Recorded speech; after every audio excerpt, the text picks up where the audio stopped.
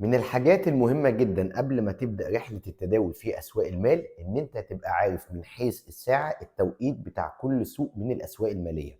أسواق المال شغالة من يوم الاثنين إلى يوم الجمعة.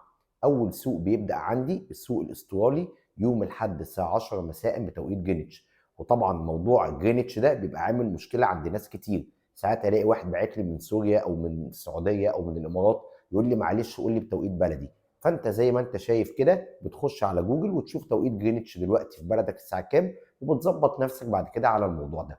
السوق الاسترالي بيبدا من 10 مساء يوم الاحد بتوقيت جرينتش، وبينتهي يوم الاثنين الساعه 7 الصبح. كل سوق من الاربع اسواق بيقعد 9 ساعات، وكل سوق من الاربع اسواق دول بيكون الساعه 9 صباحا بتوقيت بلده. فالسوق الاسترالي بيقعد 9 ساعات، وده بيستحوذ على 31% من السيوله في اسواق التداول.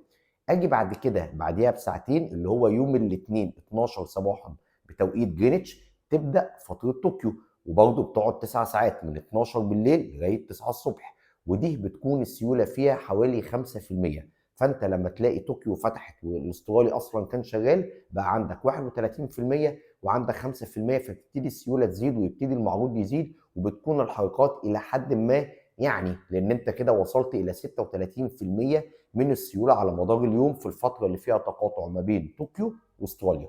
اجي بعد كده الساعه 8 صباحا بتوقيت جرينتش تفتح بورصه لندن او الفتره الاوروبيه، ودي بتبقى تقريبا 41% السيوله اللي فيها.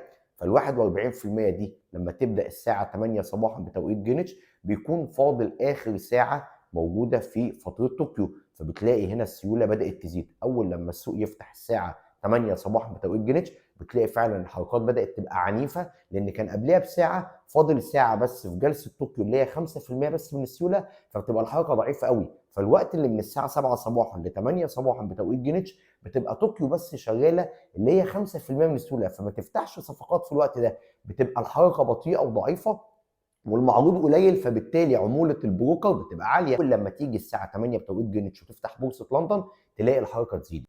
اجي بعد كده الساعه 1 الظهر بتوقيت جرينتش تفتح بورصه نيويورك، ودي بتستحوذ على 23% المتبقيين من حجم السيوله في اسواق المال. وطبعا الساعه 1 بتوقيت جرينتش بتكون اوريدي بورصه لندن شغاله، فاول لما تفتح بورصه نيويورك اللي هي 23% مع ال 41% بتوع بورصه لندن بيوصل حجم السيوله ساعتها الى 64%، فبالتالي بتكون الحركه عنيفه. واكتر سيوله على مدار اليوم هي الوقت اللي من الساعه 1 بتوقيت جرينتش الظهر لغايه الساعه 5 العصر بتوقيت جرينتش، هنا بتبقى السيوله عاليه جدا.